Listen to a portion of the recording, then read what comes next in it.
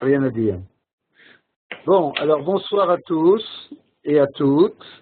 Et je voudrais commencer notre deuxième cours de telle façon que je vais faire un tout petit préambule sur quelque chose qui me tient beaucoup à cœur. Vous m'entendez bien là? Vous m'entendez bien? De telle façon que on ait ce texte dont je vais dire maintenant quelques phrases en tête lorsque nous étudions n'importe quel texte de la Bible, n'importe quel texte du Tanakh.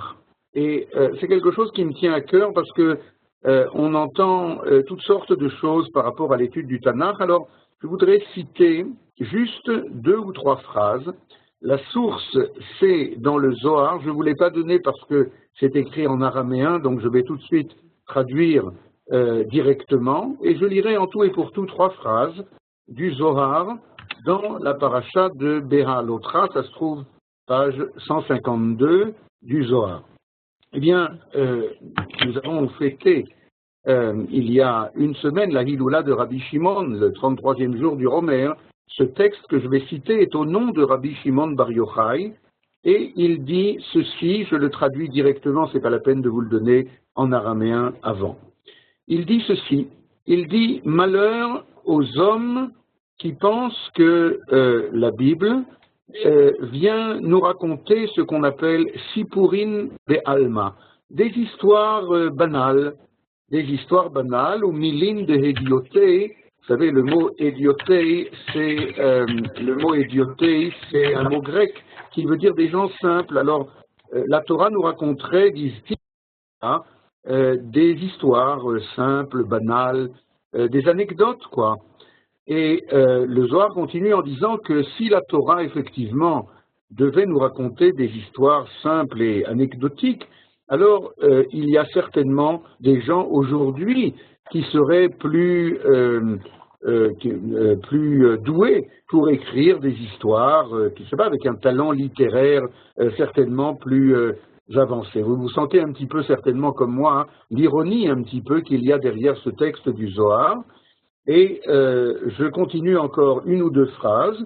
Le Zohar continue en disant lorsque la Torah, l'enseignement divin, la parole divine, est descendue dans ce monde-ci, dans le Olam Hazé, alors elle s'est habillée. C'est le mot qui est important, qui est employé dans le Zohar. Levouche, elle s'est habillée dans des récits qui concernent ce monde-ci, qui concernent notre monde, qui sont apparemment des récits historiques. Le récit historique par excellence, en apparence, c'est justement le livre de Josué. Et c'est pour ça que j'ai choisi de vous parler de cela. Maintenant, en préambule, on pourrait se tromper et imaginer un instant que le livre de Josué est un roman historique ou est un document historique. Eh bien, bien sûr, il y a dans le livre de Josué des éléments d'histoire qui peuvent aider les historiens, les spécialistes, mais comme vous allez le voir, comme on l'a déjà vu la dernière fois et comme on va le voir aujourd'hui, bien sûr, ça n'est pas l'essentiel de notre propos. Je termine donc le texte du Zohar par cette phrase. Il dit c'est ce que le roi David a dit dans le psaume 119 au verset 18, Gal einai ve'abita niflaot mitoratecha. Il demande à Dieu, David, le roi, il demande à Dieu de retourner, de dessiller ses yeux, si vous voulez, afin que je puisse voir les profondeurs de ta Torah. Eh bien, c'est cela notre objectif, avec toute la petitesse et la modestie de ceux qui savent qu'on ne dévoile, comme le disent les commentateurs, que une coudée, mais on recouvre 2 coudées. Eh bien, nous allons essayer quand même de découvrir un certain nombre d'éléments profonds de ce texte qui a des apparences historiques, mais qui, derrière ces apparences, cache bien entendu des profondeurs insondables. Alors, La première chose que je voudrais noter, vous avez sous les yeux, grâce à notre ami Johan que nous remercions, vous avez sous les yeux le premier chapitre en hébreu et en français, chose que nous n'avions pas la dernière fois, et évidemment, ça va nous aider beaucoup. Reprenons le premier verset et vous voyez tout de suite la difficulté, on en a parlé en tant que question la dernière fois. Après la mort de Moïse, serviteur de l'Éternel, eh bien, Dieu dit à Josué, Moshe, mon serviteur, est mort, et maintenant, lève-toi, traverse le Jourdain, etc. Et on voit immédiatement la toute présence de Moshe dans le livre de Josué. C'est quand même assez extraordinaire et assez troublant, parce que, comme nous l'avons déjà signalé, si c'est de l'ordre de ce que les gens imaginent, le roi est mort, vive le roi, le dirigeant est mort, vive le nouveau dirigeant, alors on aurait dû donner toute la place à celui qui va rentrer, comme on dit en hébreu, dans des pantoufles qui ne sont pas tout à fait à sa mesure. Mais les choses ne sont pas aussi simples et aussi banales, encore une fois, que ça en a l'air.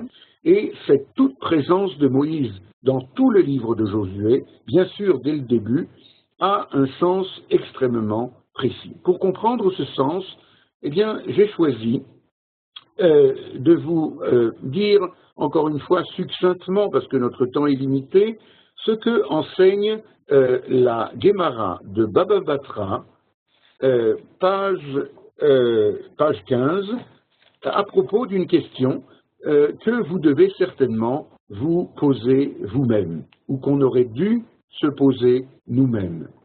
À la fin de la Torah, donc si vous voulez, lorsque j'ai le livre du Tanakh dans les mains, je suis maintenant au premier chapitre de Josué, eh bien je vais revenir une page en arrière, la dernière page de la Torah, le 34e chapitre du livre d'Evarim, du Deutéronome, là où 8 versets avant la fin de la Torah, on nous apprend Vayamot Sham Moshe Eved Hashem. Je le fais avec vous, puisque vous avez bien sûr un Tanakh dans la main, et au chapitre 34, au verset 5, il est écrit Moïse, serviteur de Dieu, est mort dans le pays de Moab sur la parole divine. Alors, j'imagine que vous vous posez la même question que se pose la Gemara que je citais tout à l'heure. Qui écrit cela? Vayamot Sham Moshe, Moshe est mort. Qui écrit cela? Alors, je ne sais pas si vous pouvez me répondre tellement facilement, mais vous voyez tout de suite la difficulté, n'est-ce pas? Est-ce que c'est Moshe qui l'écrit? Mais alors, si c'est Moshe qui l'écrit, la Gemara demande comment Moshe mort peut-il écrire et Moshe est mort? Ça y est? Autre manière de poser la question, d'ailleurs, dit la Gemara, comment Moshe encore vivant, si c'est le cas, peut écrire quelque chose qui a l'air d'un mensonge et Moshe est mort, au passé. Vous voyez, c'est clair? Donc, deux versions de la même question.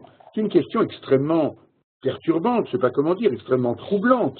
Et c'est le fameux problème, c'est un problème très classique dans l'exégèse biblique, le fameux problème des 8 derniers versets de la Torah. Et j'amène cette question car c'est seulement grâce à l'enseignement du Talmud que nous allons commencer un tout petit peu à comprendre quelle est la relation entre Moïse et Josué, son successeur, et pourquoi, ce que je disais tout à l'heure, Moïse se trouve omniprésent dans le livre de Josué. Vous voyez, c'est clair? Ce que j'ai dit maintenant, si vous avez des questions, n'hésitez pas à m'interrompre. Eh bien, je résume la Gemara. La Gemara nous donne deux opinions. Une tient encore une fois au nom de Rabbi Shimon Bar Yochai, mais auparavant une au nom de son éternel Bar Plukta, c'est-à-dire alter ego, Rabbi Yehuda Bar Ilai. Alors, Rabbi Yehuda dit, ben, c'est très simple, les 8 derniers versets de la Torah, c'est Josué qui les a écrits. Ben, évidemment, quoi de plus simple qui vient à l'esprit de Rabbi Yehuda. Seulement, ça pose quelle question, cette réponse de Rabbi Yehuda? Bien entendu, c'est ce que Rabbi Shimon va objecter. Il va dire comment? Mais comment peux-tu dire que la Torah de Moïse, Moïse c'est la perfection même, sa Torah c'est la perfection même, la complétude, on dit comme ça en français? La complétude, je traduis de l'hébreu comme vous savez, la shlemut, elle ne manque rien. Et si la Torah de Moïse ne manque rien, alors comment est-ce possible que les 8 derniers versets aient été écrits par quelqu'un qui n'est pas Moïse lui-même, à savoir Josué? Et c'est clair? Ça va? Vous me suivez? Alors, Rabbi Shimon nous ramène donc à la question précédente. Si ce n'est pas Josué qui a écrit ces 8 derniers versets où on voit que Moïse est mort, puisque, encore une fois, la Torah, d'après Rabbi Shimon, la Torah de Moshe est une Torah de perfection, c'est-à-dire à laquelle il ne manque rien. Alors, quelle est donc ta réponse, toi, Rabbi Shimon? Qu'est-ce que tu fais des 8 derniers versets de la Torah? Et alors, il répond une réponse extrêmement obscure, finalement. Il dit, eh bien, je vais vous dire, toute la Torah, Dieu avait enseigné à Moïse, l'avait dicté à Moïse, et Moïse écrivait sous la dictée de Dieu. Mais les 8 derniers versets de la Torah, eh bien, Dieu l'a dite à Moïse, et Moïse l'a écrit, et il emploie là un mot difficile, bedema. En général, le mot déma veut dire une larme. Alors, est-ce que ça voudrait dire que Moïse l'a écrit en larmes? C'est très difficile. Premièrement, parce qu'on ne voit pas très bien Moïse être tellement triste de quitter ce bas monde pour lequel il sait qu'il va atteindre le monde, comme on dit, de la félicité dans le Olam Haba. Mais enfin, supposons. Mais en quoi ça résout le problème? Et s'il a écrit avec une larme? Supposons.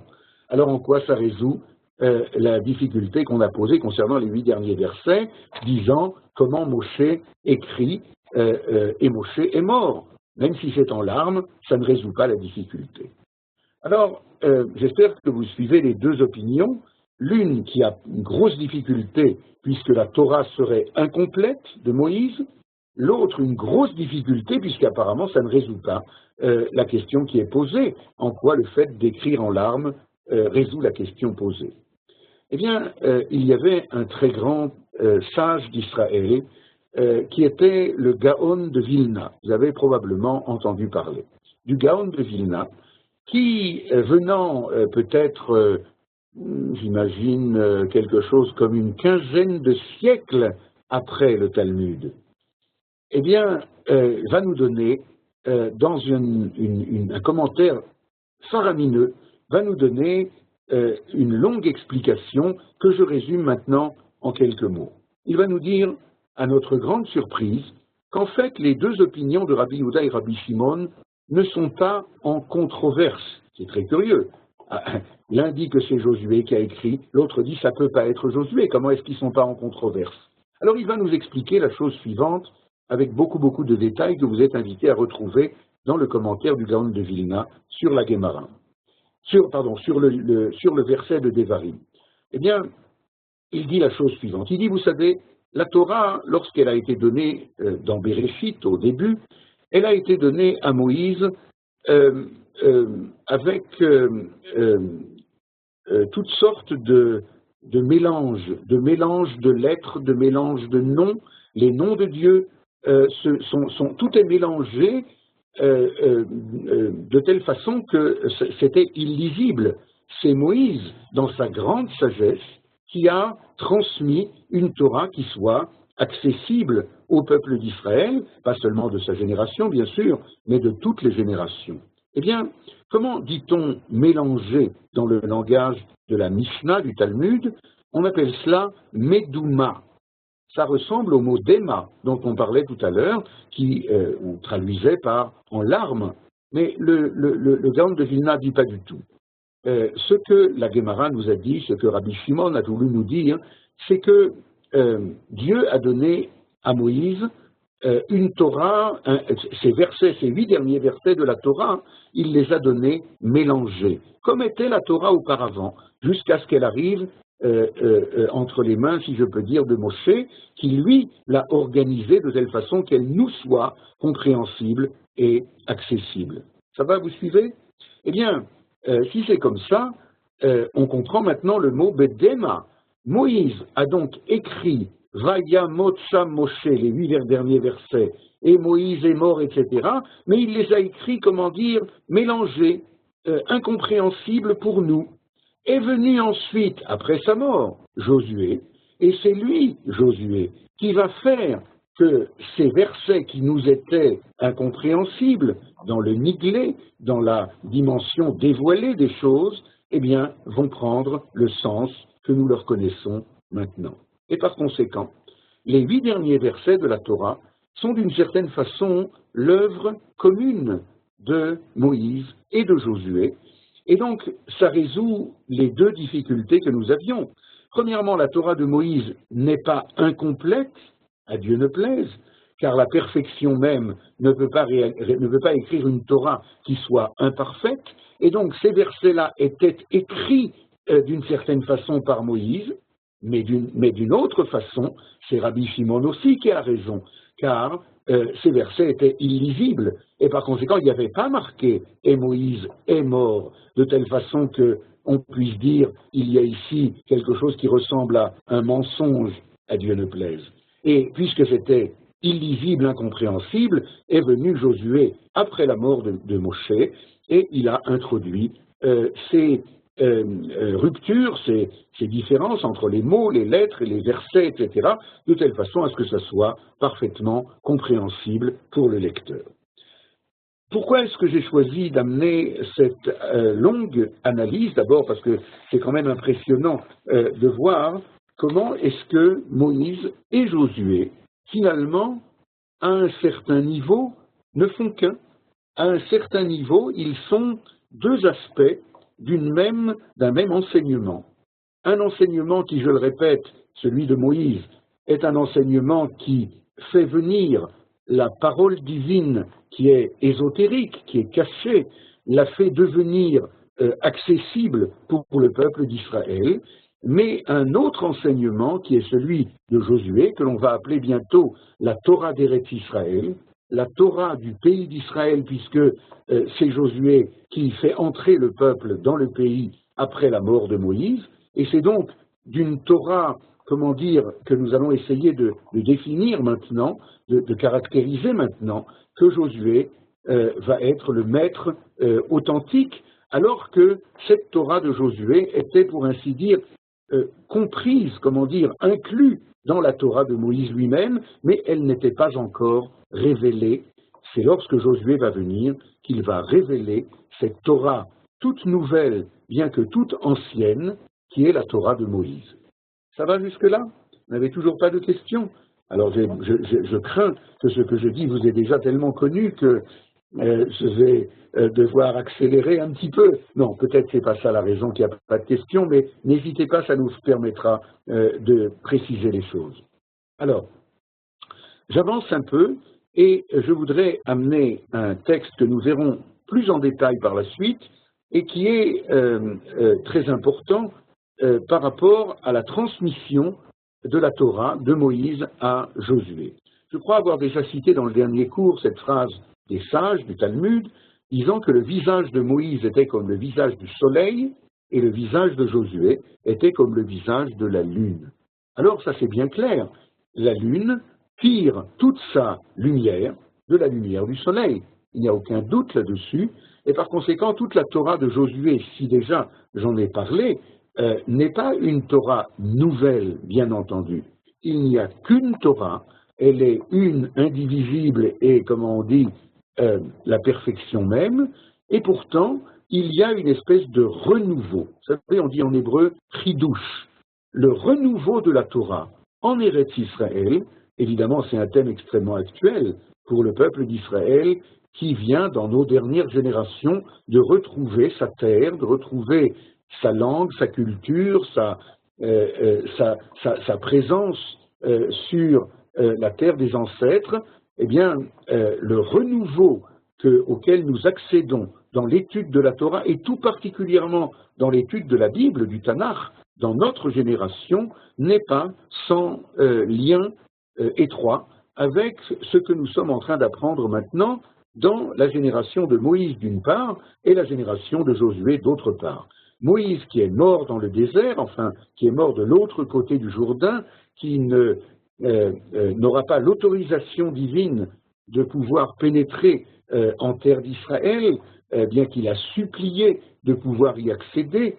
Vous vous rappelez peut-être une toute petite parenthèse de ces Juifs d'Union soviétique il y a une trentaine d'années, qui tellement désiraient ardemment pouvoir venir en Eretz Israël, et c'était la seule chose qui leur était refusée.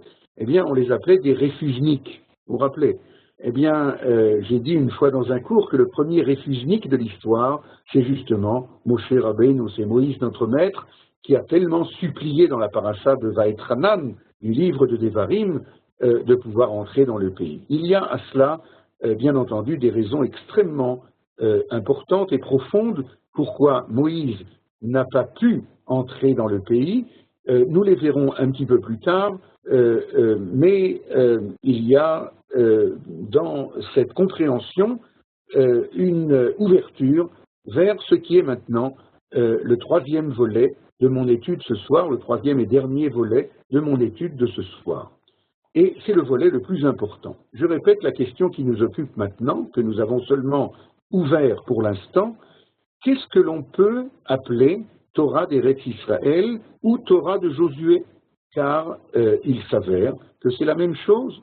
Il y a un texte dans le début du livre de Béréchit, lorsqu'on nous parle du jardin d'Éden. Vous vous rappelez probablement.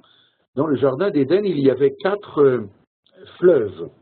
Et le texte nous dit que l'un de ces fleuves traverse un pays, il ne dit pas lequel, et il ajoute cette phrase un peu sibylline en disant « Vezahav ha'aretzahi tov » l'or de ce pays était bon.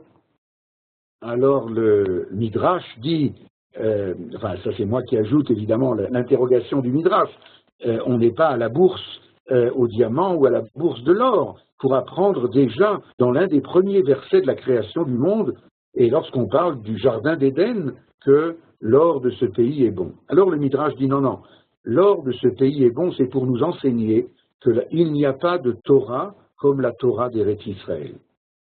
Nous voilà au fait de notre sujet. La Torah d'Eretz Israël, c'est la Torah de Moïse.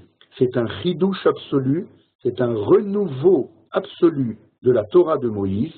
Rappelez-vous, il y a le renouveau de la lune, et puis chaque mois, la lune réapparaît alors qu'on croyait qu'elle avait disparu, et tirant d'une certaine façon toute sa lumière du soleil. Le soleil c'est Moshe, on l'a dit tout à l'heure, mais d'un autre côté, renouvelant, si vous voulez, une lumière pour une période qui est la nuit, qui est une période de ténèbres. Moïse, c'est la Torah pour la lumière. Est-ce que l'on m'entend toujours? Est-ce que l'on m'entend toujours? Oui? Oui, parce que là, je ne vous vois plus, je ne sais pas pourquoi, mais si on m'entend, alors c'est l'essentiel, on me voit aussi. Oui.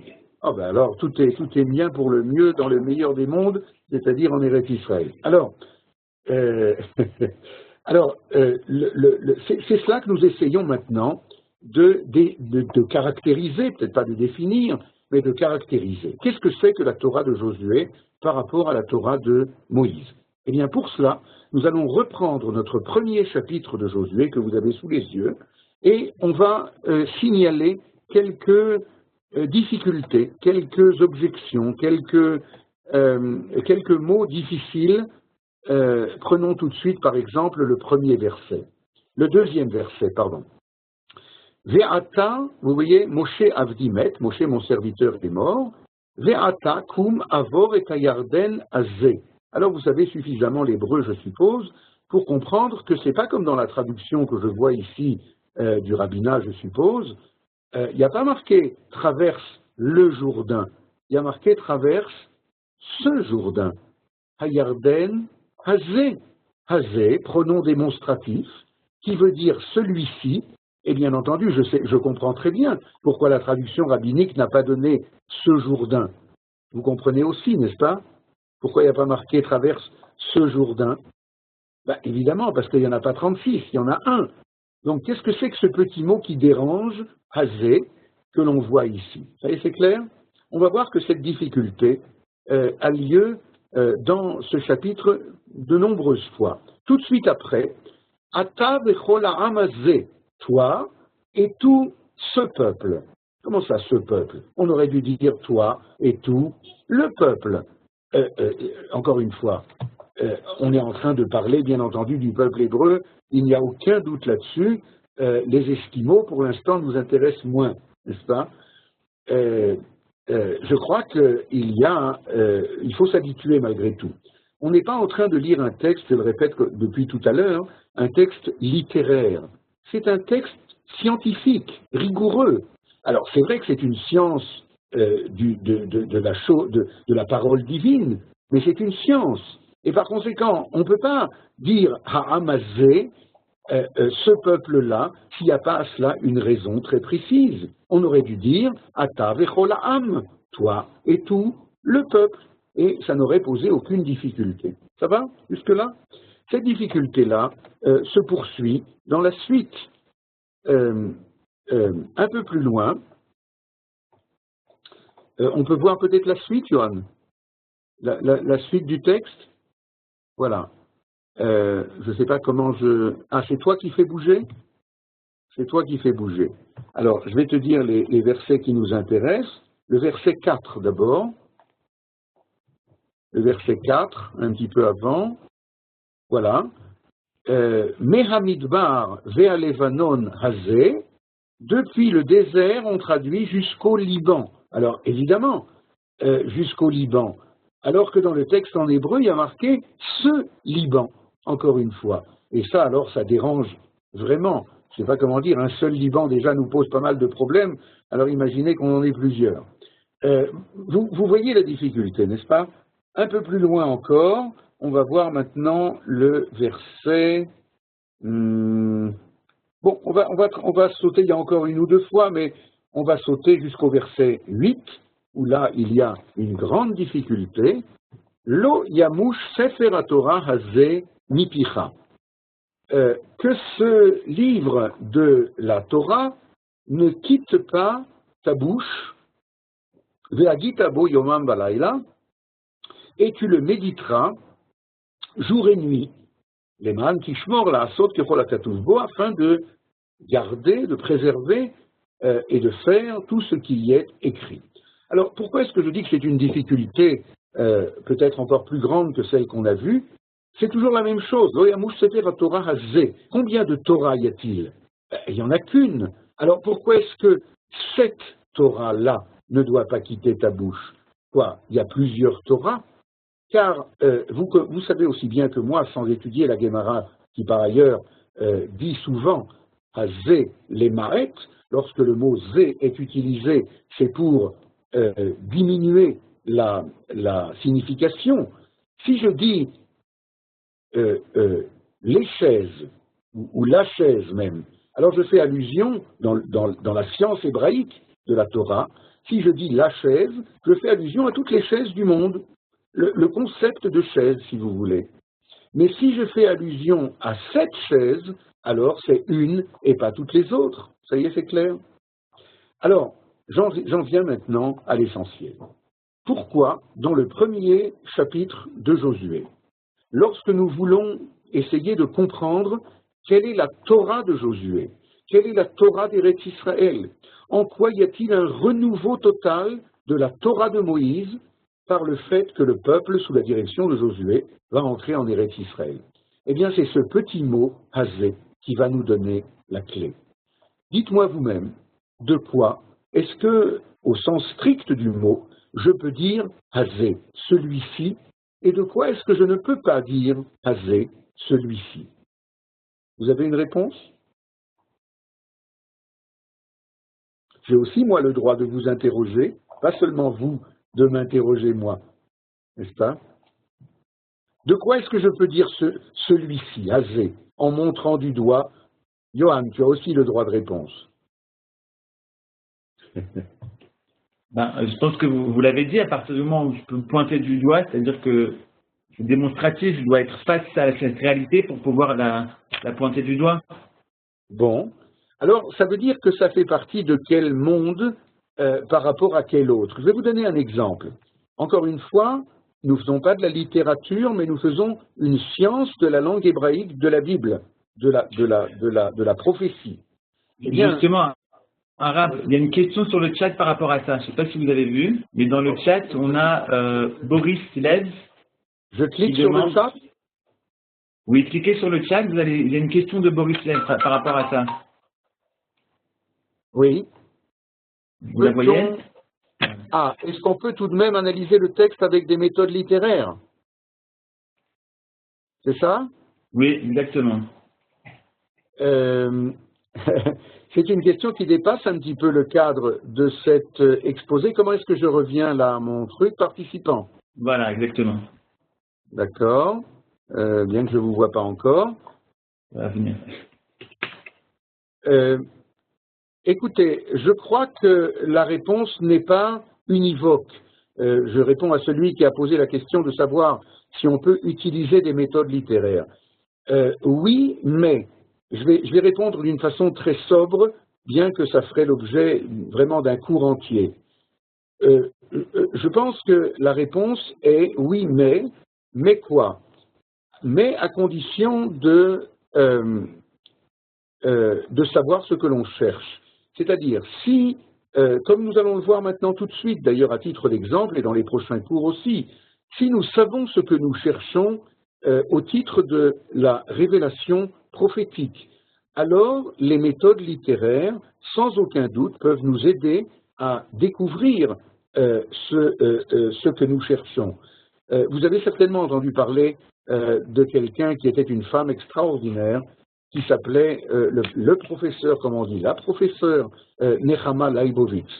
Eh bien, Nechama Leibovitz était une Talmida Chachama, une femme d'une sagesse extraordinaire qui, pendant des dizaines et des dizaines d'années, était en correspondance avec le monde entier, qui faisait les exercices qu'elle envoyait à tous sur la paracha de la semaine ou sur d'autres textes. Elle utilisait d'une façon systématique, entre autres, les méthodes littéraires, mais encore une fois, c'était en vue de comprendre les enseignements des exégètes de la Bible classique et en tant que moyen, en tant que méthode, eh bien, elle ne craignait pas d'utiliser la méthode littéraire. Ce que j'ai voulu dire tout à l'heure, c'est par rapport au texte du Zohar que j'ai lu ce soir au début du cours, à savoir qu'on ne doit pas penser que le lévouche, c'est-à-dire l'habit, comment on dit, le vêtement extérieur, qui est un vêtement qui est parfois un vêtement littéraire justement, est le début et la fin de toute notre étude. Le vêtement n'est que le moyen de découvrir ce qu'il y a derrière. J'espère avoir répondu succinctement à cette question. J'en reviens maintenant à ma question essentielle de ce soir, le petit mot « hazé ». Eh bien, comme vous l'avez dit, et un peu plus. Le petit mot « hazé » désigne quelque chose de réel, que l'on peut montrer du doigt. D'ailleurs, il y a de nombreux commentaires de Rashi sur la Bible qui le dit, par exemple, dans la paracha de Kitissa du livre de Shemot, lorsque Dieu dit à Moïse, tu sais, tu vas demander au peuple d'Israël, pour qu'on puisse faire un recensement du peuple, Machat Zeyitenu, ceux-ci ils donneront, Machatzita Shekel, un demi-cycle d'argent. Et ensuite, comme on n'a pas le droit de compter les Bnei Israël, on n'a pas le droit de compter les Juifs, car chaque juif est une personnalité en soi. Par contre, on pourra compter les cycles, les demi-cycles d'argent qu'ils vont donner. Alors, là-bas, il y a marqué « Zeyitenu », ceux-ci, ils donneront. Et Rashi, là-bas, d'après le Midrash, nous dit que Moïse a eu du mal à comprendre exactement comment était cette pièce d'argent qui doit être donnée. Alors Dieu lui a montré du doigt, ne me demandez pas ce que ça veut dire, en lui disant « Kazé yetenu » comme ceci, ils donneront. Il y a à cela au moins 4 autres sources dans la Bible qui nous enseignent que là où il y avait marqué Hazé dans la Torah, Moïse a eu du mal à comprendre et Dieu lui a, entre guillemets, montré du doigt. Qu'est-ce que ça veut dire Dieu lui a montré du doigt? Ça veut dire que Dieu lui a fait appréhender ce qu'on pourrait appeler le monde du réel de la Torah.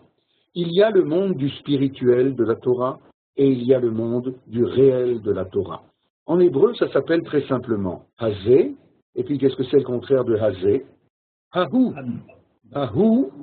D'ailleurs, le mot Hu a la même valeur numérique que le mot Zé. Hu, ça fait 5 et 6, 11 et 1, 12, et puis Zé, ça fait 7 et 5, 12. Vous savez que les lettres ont une valeur numérique. Alors, c'est le même monde, mais ce n'est pas du tout le même. Celui-là est, comment dit-on en français, de Koach, en puissance, et celui-là est de Poal, en réalité. Il y a le monde du rêve, le monde des exigences, le monde spirituel, le monde, allez, employons un terme philosophique, le monde des essences et le monde de l'existence. Les essences, c'est Moshe, et l'existence, c'est Josué, Yehoshua. Et c'est la raison pour laquelle, dans ce chapitre 1 de Josué, qui est pour ainsi dire la clé de tout le livre, qui est l'ouverture de tout le livre, eh bien, nous venons de découvrir, avec l'aide de Dieu, que la prophétie, encore une fois, ce n'est pas un livre historique, nous fait une espèce de clin d'œil à répétition, puisque à chaque fois, elle va nous parler de Ha'amazé, ce peuple-là. Alors, c'est pas comme ça qu'il faudra traduire maintenant, n'est-ce pas? Il faudra traduire le peuple qui est devenu maintenant Hazé. Ça y est, vous avez compris? Le peuple qui, entrant enfin sur sa terre, est en train de découvrir, de réaliser sa dimension nationale, sa dimension historique, sa dimension réelle. Eh bien, c'est la même chose même pour la Torah, puisque dans le verset que j'ai encore sous les yeux, à savoir le verset 8 qu'on vient de lire, Lo yamush sefer Torah hazé mipicha, que ne bouge pas ce livre de la Torah de ta bouche. On aurait dû dire le livre de la Torah. Il n'y en a qu'une, encore une fois. La Torah de Moïse est une, unique, indivisible, comment on dit, non manquante. Car s'il y en a deux, vous savez comment on dit deux en hébreu? On dit shnaim, n'est-ce pas? Shnaim, ça vient de quelle racine? Shnaim, ça vient du mot... Ah, ça, j'avais pas pensé. Yona nous fait un signe en montrant les dents. Je ne sais pas si c'est parce que hier, j'ai passé une opération extrêmement délicate des dents, mais non, c'est pas à ça que je pensais, bien qu'il faut réfléchir au lien. Shnaim, ça vient du mot shoné. Shoné, ça veut dire c'est différent. Qu'est-ce que ça veut dire c'est deuxième? Vous savez que l'hébreu, encore une fois, est une langue prophétique. Le livre du Kuzari en parle très longuement, la Shon HaKodesh, la langue sainte. Et par conséquent, ce n'est pas comme les autres langues qui sont des langues conventionnelles. Lorsque je dis deux, en français, deux, je suppose que ça ne veut pas dire grand-chose. Enfin, je ne sais pas, je n'ai pas fait de recherche là-dessus, mais à mon avis, ça veut dire deux, quoi. C'est conventionnel.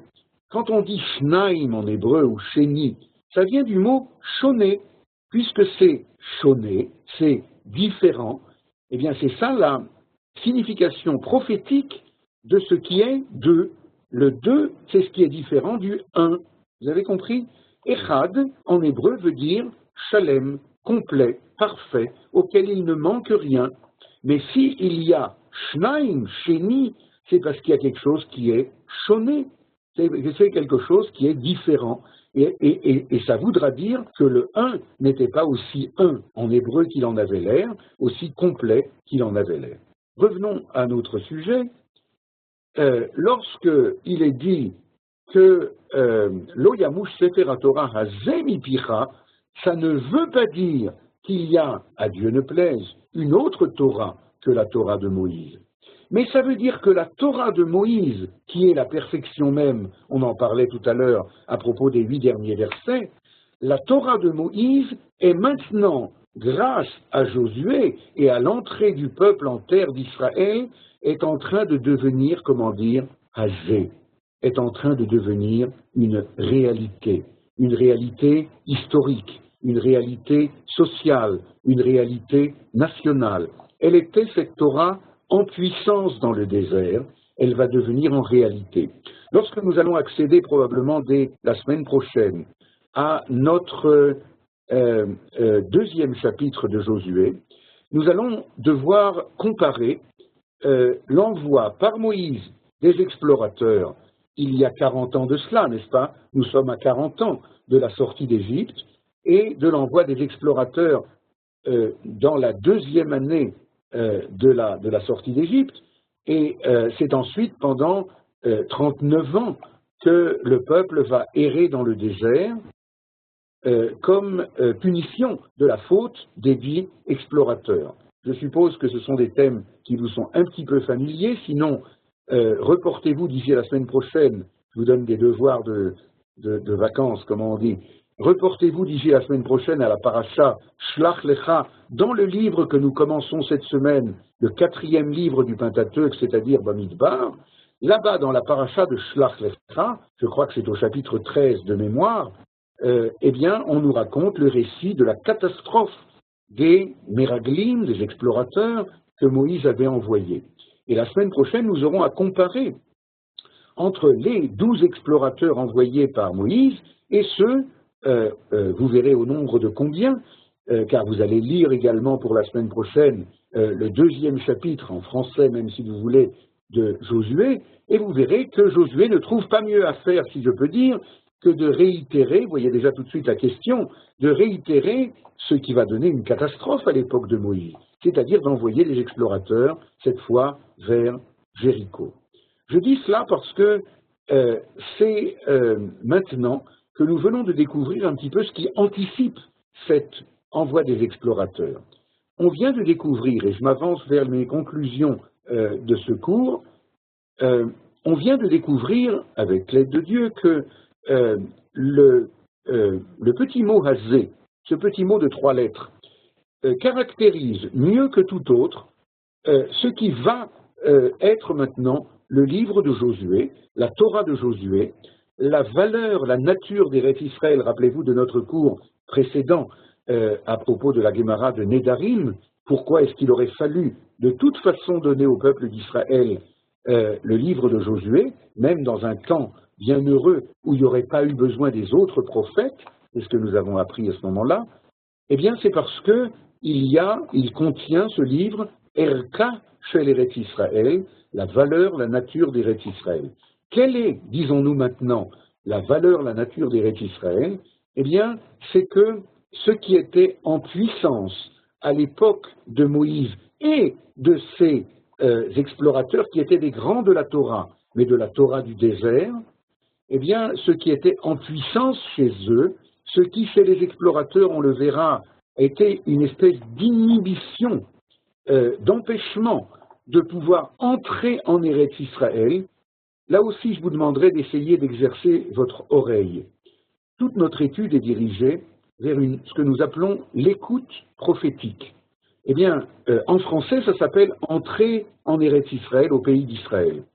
En hébreu, c'est « leikanes la artsiout », c'est entrer non pas seulement dans le pays, dans la terre, mais dans le terrestre, dans le concret historique de l'aventure du peuple d'Israël, du projet du peuple d'Israël, une dimension terrestre, concrète, réelle, qui jusqu'à présent n'était qu'en puissance dans la Torah de Moïse et qui va devenir en réalité dans la Torah de Josué.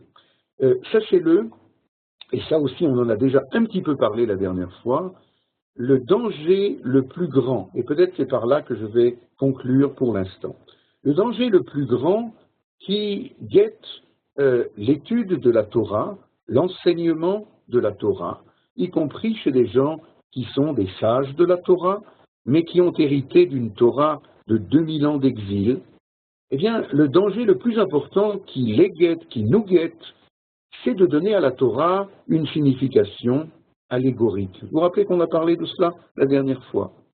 Une signification allégorique, dans le sens qui nous occupe maintenant, ça veut dire laisser la Torah dans le désert des explorateurs qui ont occasionné cette catastrophe du peuple d'Israël. Nous, décidément, délibérément, nous voulons traverser le Jourdain avec Josué. Nous voulons accéder à la Torah du Olam Hazé. Alors c'est un peu une boutade, mais pas complètement. Vous savez qu'en hébreu, Olam Hazé, ça veut dire ce monde-ci. Mais maintenant, nous l'utilisons, cette expression, dans son sens rigoureux. Le Olam Hazé, le monde du Zé. Le monde où on peut montrer du doigt les choses. Si vous me permettez une petite remarque par rapport aux événements que nous vivons ces jours-ci. Voilà quelques jours, c'est-à-dire 3 jours, si je ne me trompe, c'était le jour de Jérusalem, Yom Yerushalayim. C'était le jour où, le 28 Iyar de l'année 1967, eh bien, Tzahal a retrouvé, ou a permis de retrouver l'unité de la ville de Jérusalem. Eh bien, ce jour est fêté d'année en année le 28 Iyar, mais je me rappelle que lorsque nous étions venus la première fois en Israël, à l'époque en tant que jeunes touristes, encore avant 67, eh bien, on nous avait montré de très loin l'esplanade du Temple d'un des points de vue éloignés de Jérusalem, en nous disant, vous voyez, c'est là-bas. Alors on disait, mais on ne voit rien. Alors on nous avait dit, ben vous verrez.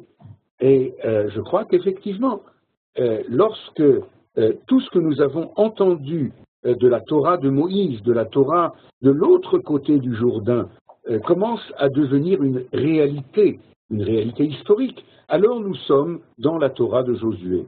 Nous sommes avec cette capacité de retrouver la dimension du Olam Hazé, qui bien entendu est la réalisation du Olam Hahu, du monde spirituel de Moshe. Je voudrais ajouter encore, avant de terminer, ou pour terminer, une ou deux petites précisions concernant ce petit mot Hazé. Parfois, j'ai utilisé un enseignement de psychopédagogie. Vous savez,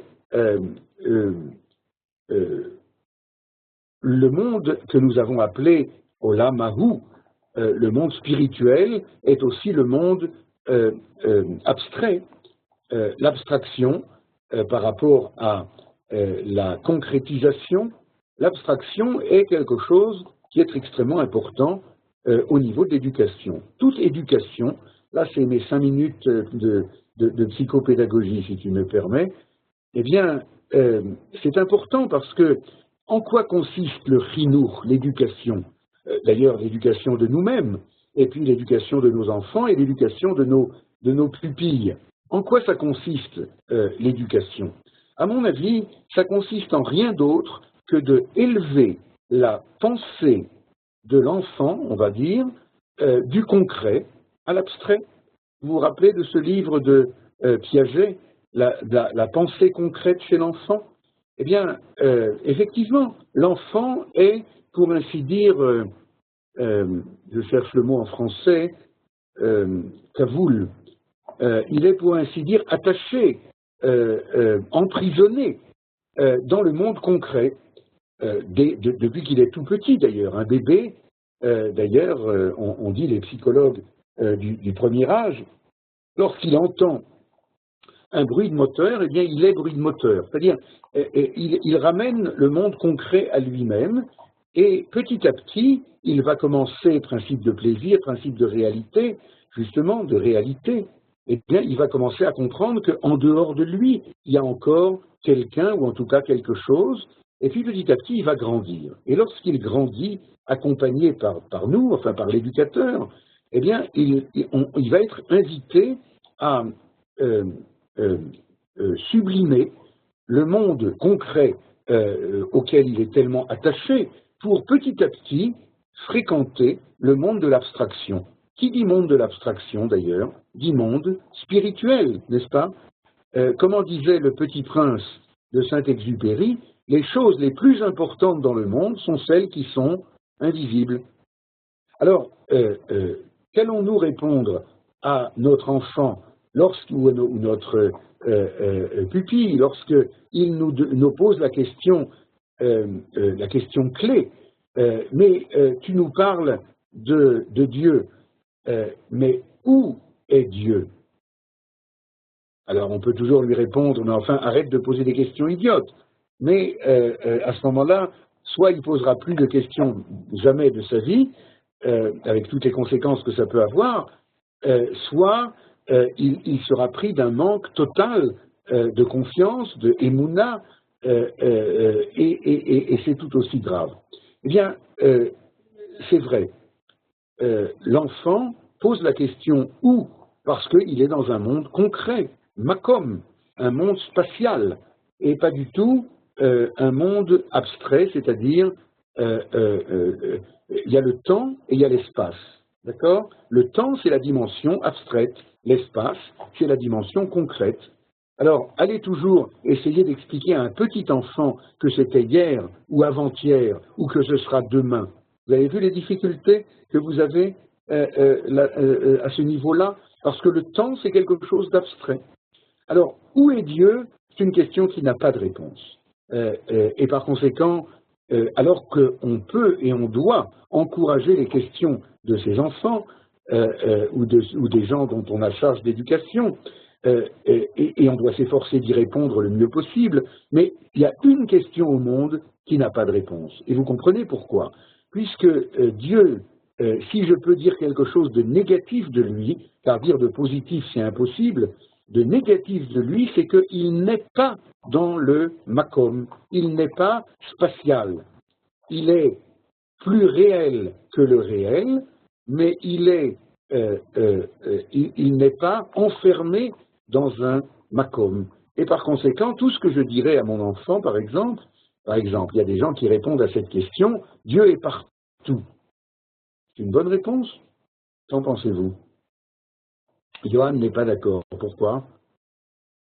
S'il est partout, je ne sais pas, il va ouvrir peut-être sa chemise, je ne vais quand même pas le faire devant vous pour ne pas vous mettre mal à l'aise, et puis il va chercher si à l'intérieur Dieu s'y trouve.